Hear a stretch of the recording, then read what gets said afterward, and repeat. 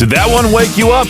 Woke me up. It's Peaches here on this fine, pre-Friday, aka Thursday, April 2nd, 2026. Obviously, post-April Fool's Day. Hopefully, you pulled off an epic prank yesterday. I did post yesterday that starting tomorrow, we will no longer be playing Sleep Token. A lot of people got a little too excited. Some people even said, who? Like, do you listen to us? Do you listen to rock and metal? Because I really want to know. For those that said, who? Who are they? Do you live under a rock? Let me know, 208-535-1015. It would be great to listen to Sleep Token for the first time again. I talked to Chris Daughtry in that old interview back when I first started. And he was like, hey, have you heard of this band called Sleep Token? And I didn't know about Sleep Token at the time. But then right after, like that morning after that interview, I listened to them again and really dug deep. And that was before Take Me Back to Eden came out. And I've been digging them ever since. I'm hoping they put out some new music at some point in the near future. Maybe they'll announce a tour. That'd be awesome. Hopefully they'll do that Snooze Fest that we talked about on the noon hour of Madness and Mayhem, that fake poster I saw from yesterday that the lead singer of Sleep Theory shared on his Instagram. Snooze Fest. Sleep Token, Sleep Theory, Sleeping with Sirens, Sleep Talker while she sleeps, Armor for Sleep, Team Sleep, Sleepwave, Sleep, Oh Sleeper, Sleepwalker, Sleeping Giant, Sleep on It. Grab your ticket and butt flap onesie bundle at sleeptalker.us. I wish that was real. You know what's a cruel prank? You know, besides the whole, like, pretending you're pregnant on April Fool's Day? What's a really cruel prank is giving somebody a fake lottery ticket, and they think they've won a whole bunch of money, and then they flip over to the back and it says, like, claim at your mama's house or something like that. We used to watch America's Funniest Home Videos all the time as a family, and my dad would laugh so hard at those particular clips. And me and my mom would have the same reaction, like, what if that happened to you? I'd be throwing a fit like a toddler. I'd be jumping up and down, thinking that I won all this money. Next thing you know, I'd flip it over to the back. Gotcha! Oh, I'd be livid. Anyway, it's Peach's Pit Party. I hope you're doing well. And I'll be back here in just a few with some more crap to talk about. Stuff involving crap for the next story. I'll tell you about it here shortly. Yesterday, I, with many other people, watched the Artemis 2 launch. I wasn't really all that into it. I'm still not all that into it, but Josh from Classy 97, he's way into it. He was watching, like, the pre-show. You know how when there's an award show or, like, the Super Bowl, any big sporting event, there's always, like, that 4-hour-long commentary gathering that happens before the event. Josh was watching the equivalent of that in the Classy 97 studio. It was like these two co-hosts just talking about how it's going to be a great launch. We're excited for it. I don't know how you make that last for that long, but they did. They did. But the Artemis 2, I tuned in right as it launched, like a minute before it launched. Sure enough, it got the countdown timer went down to 30 seconds. It disappeared, and then it went right off into the sky. And I was like, how are they keeping a camera on this thing all the way up there? Josh had to explain to me that, they started using diagrams based off of math and physics and all of that stuff. And quite fascinating, really. Too smart for me, I can tell you that much. But the astronauts, I wanted to talk about something funny here. The astronauts on the Artemis 2 mission experienced some potty troubles just hours after takeoff, forcing them to hold number one or use a backup system until the issue was fixed. The Artemis 2 mission specialist, Christina Koch, is that how you say her last name? The only woman on board the 10-day mission, first reported the issue to mission control when she noticed a blinking fault light, per space.com. NASA's director of flight operations, Norm Knight, told reporters at the Kennedy Space Center the malfunction was due to a controller issue on the toilet. Can you imagine everything's going smoothly except for the bathroom? I can only imagine being like that astronaut that wakes up that morning and goes, you know what, I'm going to the moon today. That's just wild to think about. I mean, you can see the moon obviously in the sky, but going to it for the first time in a long time, being on a space shuttle, going to space, everything could go wrong. Oh man, that's a scary thing. You know how kids want to be an astronaut? They don't tell you when you're a kid how scary it would be to be an astronaut, how smart you have to be one. I did a whole report on John Glenn, the first guy to orbit the Earth. Imagine being that guy, getting to see what he saw. Let's move on here. Let's play some of the Amity Affliction House of Cards on Peach's Pit Party. Yeah, so yesterday on the K-Bear 101 Facebook page, I posted some very dumb fake news story about how Yellowstone was going to start a pilot program introducing an express lane system specifically for verified content creators. My friend Matt texted me early on yesterday. He was like, hey, I just saw this get posted on Facebook. You should post the same thing about Yellowstone, see how many people get riled up. How there was going to be like this whole separate lane for influencers at Yosemite for Half Dome.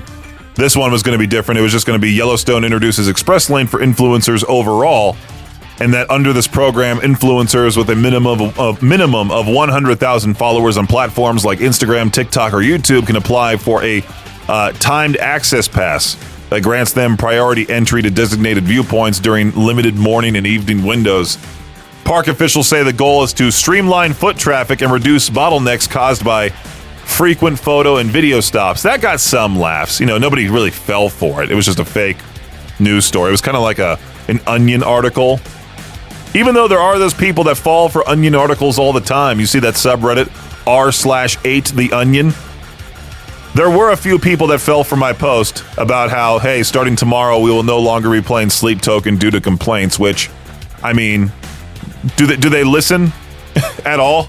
Do they know that when people complain about certain bands, we just play them more? I mean, obviously there was the loud haters that were like, oh, I wish this were true. I wish you posted this yesterday. I wish you would post this the day after April Fool's Day. If only that would be a miracle, But yet again, there were people that were like, who? Huh? Who's Sleep Token? Like, do you not listen? Do you just follow us on social media? Like, please, what are you doing? And they got a good amount of people laughing. I'm glad I put that in the K-Bear group. So anyway, yeah, we'll continue to play Sleep Token here on K-Bear 101. They're one of the most streamed bands in history for rock and metal. There's a lot of old people that say, they're not metal, I just don't understand them. I've tried. But millions upon millions of people enjoy them. That's the reason why their tours sell out within minutes. Their streaming numbers are through the roof. Take Me Back to Eden was one of the best albums ever. So, yeah, we'll continue to play them. Peach's Pit Party on K-Bear 101. The Shot Clock Sports update is coming up rather soon, but let's talk about something else that's really funny, revolving around sports, hockey, to be exact. The biggest hockey rivalry in New York might not be the Rangers and the Islanders. I'm saying this because, well, the New York Police Department, as well as the fire department, they had a charity hockey game, and I guess some of them took it a little too seriously, and, well, they started fighting each other. The first line brawl took place just 8 minutes into the contest with the score tied 1-1. A pair of players dropped the gloves around center ice and started chucking knuckles at each other. While the two squared off and a linesman was drawn away to monitor them, the rest of the skaters partnered up and began brawling on their own inside a face-off circle near the boards. Benches cleared at the end of the game. Referees eventually gained control of the situation, sent the players to the penalty box. The action remained relatively tame until just as the final whistle sounded, trailing 3-2 in the closing moments. Is it the fire department? Yeah, the FDNY pulled the goalie and were pressing to even up the game. One player crashed the New York Police Department net, looking for a rebound as time expired, drawing a reaction from one of the nearby defensemen. Several players dropped gloves, and both benches emptied, creating chaos on the ice as punches were thrown by both sides. I do love how cops and firefighters just hate each other for some reason. It's like, who's going to stop that? It's like there's cops there who can legally arrest you, and then there's firefighters who, I mean, please, I would love to ask Lieutenant Crane, could there be an Idaho State Police, maybe even just an IFPD versus IF Fire Department game, maybe even Pocatello. What if there was a giant tournament? That would be pretty cool. Are there enough firefighters at those smaller cities to maybe make a team? Enough cops to make a team, like the Blackfoot Police versus the Blackfoot Fire Department? That'd be awesome. Have a whole tournament. It's hosted by Mad Marvin himself, Lieutenant Crane, who's coming in tomorrow morning for traffic school, powered by the Advocates. If you have a law-related question that you want to ask Lieutenant Crane tomorrow morning, you can at 208-535-1015 during the Victor Wilt Show. The new Major League Baseball season just started, but many fans are already dreading the end of the season. That's when it seems likely the owners will throw away all the goodwill the game has built up the past few years by locking out the players. The Players Union seems convinced that a lockout to force a salary cap is on the way, as they've stocked up $519 million in cash and investments to help players with minimum salaries. That's twice as much as their war chest before the 2021 lockout. That lockout lasted 3 months and delayed the start of the 2022 season by 8 days. Today is opening day for the Daytona Tortugas, and fans heading to the stadium will enjoy a special ribbon-cutting ceremony. This isn't just any stadium. It's Jackie Robinson Ballpark, named for Robinson because it's where he played minor league baseball for a season before making history with the Brooklyn Dodgers in 1947. The 112-year-old stadium just received a massive $32 million facelift to ensure professional ball stays in downtown Daytona for decades to come and to continue to honor Robinson with this historic baseball diamond for decades to come. Stone Cold Steve Austin is a WWE champion and Hall of Fame member, but that might not be as exciting to him as winning an off-road race. Austin won his class at the annual Prospector 250, a nearly 6-hour off-road race in the Nevada desert. The event is part of the Valley of the Rogue Racing Association Desert Racing Series.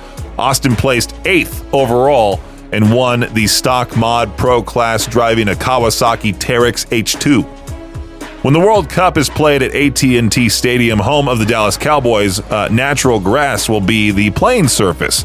When asked if the grass would be there for the NFL season, the Cowboys owner Jerry Jones had a quick answer: pretty much no chance. Toilet pants is what it says here. Jones suggested that there's no belief that it's any safer to play on grass and that they go back to playing on carpet for the NFL games to get back to the other business of the stadium and the team. Well, I had to cough there for a second. Okay, that does it for your Shot Clock Sports Update right here on K-Bear 101. I need to go find some water. K-Bear 101, it's Peach's Pit Party. What's a rule you follow for no logical reason? I might need to ask this to Peach their own a little bit later on during the 4 p.m. hour. I'm looking at some of the answers here already from this Reddit thread. Using a turn signal even when there's nobody else on the road for miles. It's something I do. Volume needs to be on an even number. I always have mine at 25. It's a little loud.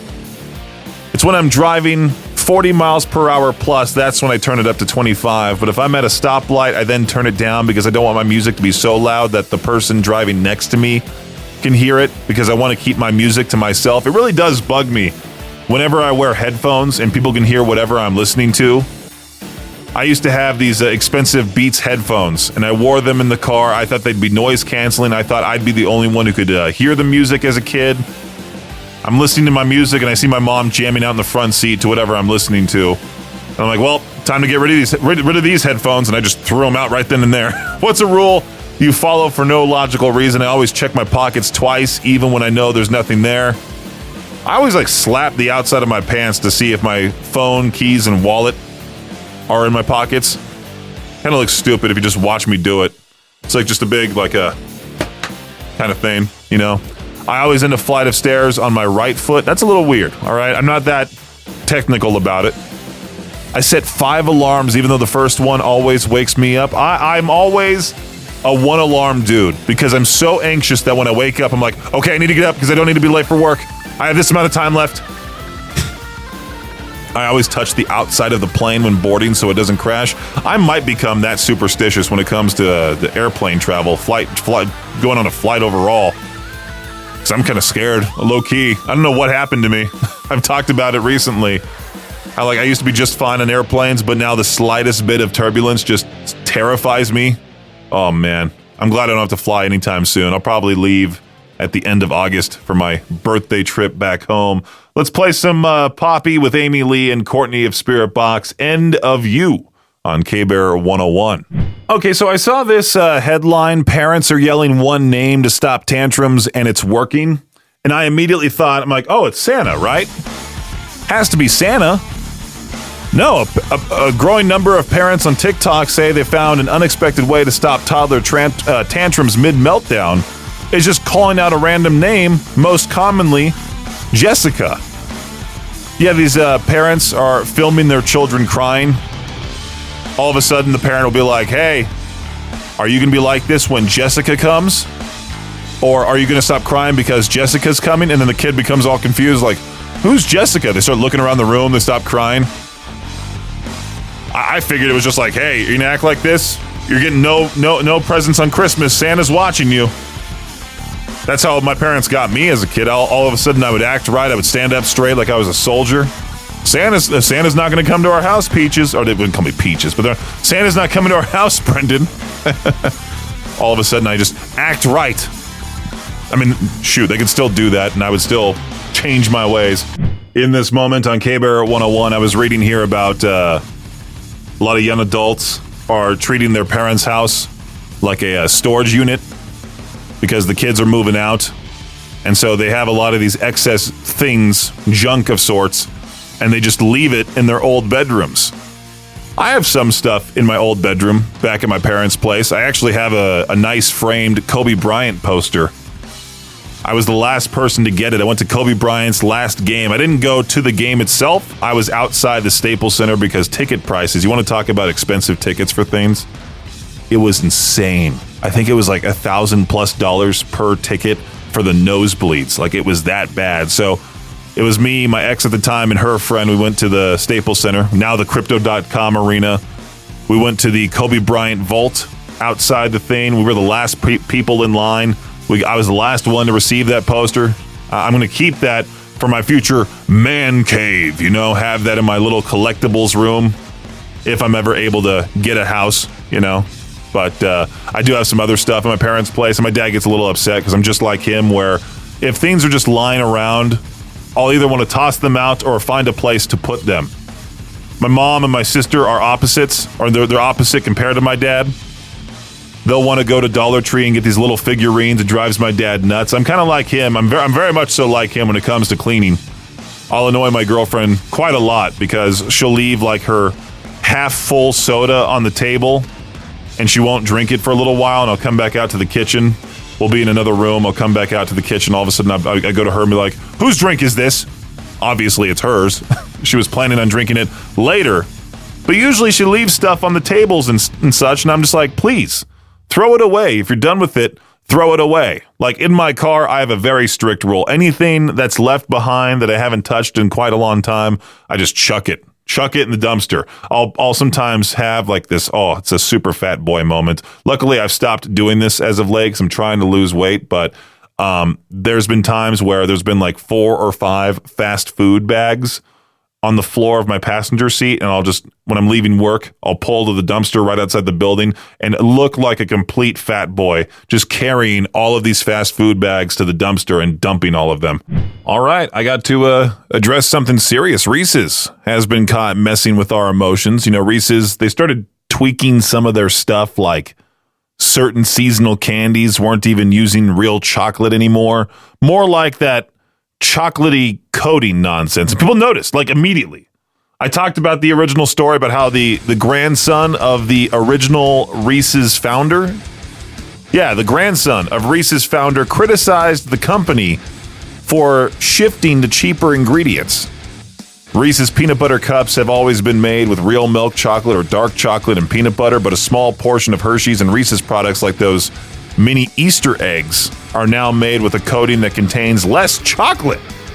But the grandson of the Reese's founder helped us out. He made Hershey change their ways. Hershey said that in 2027, it will shift those products to their classic milk chocolate and dark chocolate recipes. Bravo. Really. Reese's, to me, is by far the best candy. I've met a few people that are like, oh, Reese's is gross. I'm like, what planet are you from? How do you not like Reese's? I mean, seriously. I know people have their tastes, but I thought Reese's were universally loved. Loved. You got Josh from Classy 97 saying it tastes like sweaty peanut butter. Whatever that means. Anyway, before I get even more upset, let's play some Pierce the Veil. So far, so fake. And also, shout out to Hershey for listening, changing their way. You know, with every concert ticket giveaway or just overall giveaway that we do around here, we always ask, hey, for your first and last name, could you give us your first and last name? Could you give us your phone number, your email? And some people's emails are just like, wow, you use that? Because I've been told my entire life pretty much, well, more so in high school and college, like, hey, you got to have a professional email. My very first email that I had created because, well, back in the day when I first wanted to make a social media account, it was Facebook. And for some reason, you needed to have an email to sign up for Facebook. And I was 13 years old at the time. My parents used AOL. So my very first email was giantintraining@AOL.com. Get it? Because I was a teenager. I was still growing. giantintraining@AOL.com. I still hold on to that as like some sort of ancient relic, even though my email now is literally just my first and last name with my birth year. Very similar to a lot of other people. I know it's uncreative, but I think I tried using Brendan Peach, just simply my first and last name before. And I think I used that up, but forgot the password and can't recover that account. So that exists somewhere. No, I think Google deleted it, but I still can't recover it for some reason. I don't know, but how many of you are still rocking a Gmail you made when you were like 14? Well, Google just fixed that. You can now actually change your Gmail username without losing your account, your emails, or anything tied to it. So you can finally retire like Skater Dude 420 XX Metal God XX or whatever you thought was cool back in like 2006. Your old email still works too. It basically becomes a backup so you won't miss anything. Only catch, you can only change it once a year, so maybe don't rush into Cool Guy 69V2. But seriously, if your email has been quietly ruining your professional life, well, your time has come, finally. K-Bear 101, I was reading here about how this particular school in Maryland, they're having some serious issues with students flushing down their plastic vapes down the toilets. At one point, it was so bad that every single toilet in the school was needing to be fixed. Like, there was no available bathroom. Imagine you have to hold it because those morons who are vaping in the bathroom just kept ruining bathroom breaks for you. You know, flushing their cigarette butts back in the day, that was the thing to do, right? There was kids smoking in the bathroom with an actual cigarette back in the 20th century. Now, in the 21st century, our version is plastic vapes, and they don't flush as well compared to tobacco wrapped in paper. So, yeah, there's that whole thing going on. The school is now going to screen students for vaping devices using a metal detecting wand. I've seen those schools in movies where you have to show up and then it's almost like TSA. Wouldn't that suck? I mean, my first high school that I went to should have had that. Los Alamitos High School. They had to chain the toilet paper rolls to the ceiling because kids were throwing the toilet paper rolls around the bathroom like a bunch of monkeys. Like, what are you supposed to... Just go to the bathroom. That's it. Just use the restroom, wash your hands, and get out of there. Go back to class or whatever. Go back to lunch, whatever you're doing. Just throwing toilet paper. I remember my sister went to that school, and she was telling me like people were doing like hardcore drugs in the bathroom stalls. It was hardcore, man. Flushing plastic vapes down the toilet, causing backing issues. It even tells me here that the toilets, each toilet reportedly costs the school $200 when they're replaced. Some of the toilets have also just been repaired rather than purchased new. Anyway, let's play some Wage War. Song of the Swamp on K-Bear 101. Here we go with today's What the Headline. This may be my new favorite category of crime, blaming AI for your job. An attorney in Oregon just got fined $10,000 because he submitted a legal brief that was basically fan fiction. Fake quotes, fake cases, stuff the court said was just completely made up. In his defense, yeah, I was dealing with some stuff and didn't double check it. Dude, you're a lawyer. That's like the one job where you absolutely have to check your work. You can't just walk into court like, Your Honor, according to ChatGPT. And the wild part is that this already happened before. Another lawyer got fined for the same thing, just inventing cases like he was writing a Marvel script, you know? At this point, judges are probably reading briefs like, all right, is this real law, or are we about to meet like Batman versus the state of Oregon? You know, something like that. AI can help you though, but it probably shouldn't be your co-counsel. That's today's What the Headline right here on K-Bear 101. If you've got a job interview coming up, there's one thing people still mess up every single time. It's not even the answers, it's the basics. Like, tell me about yourself, why do you want this job, stuff like that. And apparently most people either ramble forever or give the most generic copy-paste answers possible. The whole point is to actually connect what you've done to what they need, not just list your life story or say I'm a hard worker like everyone else on earth. And then at the end, when they ask, do you have any questions, you cannot say no. I really hate how the interview process is it's such a game, you know? You have to say the right thing. It's an overall test. You cannot say no to, do you have any questions? That's basically telling them you don't care. Ask something. Anything that shows you're paying attention. You know, be real. Quick tip here, be real, be specific. Don't overthink it to the point you sound like a robot. And if you're looking for a job right now, well, you can visit the newly redesigned HireEastIdaho.com to find local jobs from local companies. This week's Hire East Idaho job of the week is a painter position with streamlined services based in Rigby. If you're looking to get into painting or already have experience, they're hiring for a busy crew willing to train the right person. It's a full-time position, paying between $15 and $25 an hour, depending on experience. You'll need to be reliable, have your own transportation to job almost said a bad word, job sites around Idaho Falls and Rexburg. To apply, here's the phone number, 208-221-6059. That's 208-221-6059. And to explore even more local opportunities, check out HireEastIdaho.com. Hire East Idaho, connecting people with opportunity. It's always free for job seekers. New jobs added all the time. All right, let's do some new music from Black Veil Bride's Vindicate on K-Bear 101. You know, I've talked about this from time to time, that dogs and cats, they don't live all that long like they should. They live almost up to 18 years old. Some of them, you know, pass away at 11. Very unfortunate. You only have a dog for 11 years. Even 18 years, man. That's a long time. Still, but I wish I'm spoiled in a way to where I wish dogs and cats lived a whole lot longer. Very similar to tortoises. You know, my parents have a tortoise. I've talked about him. His name is Sheldon.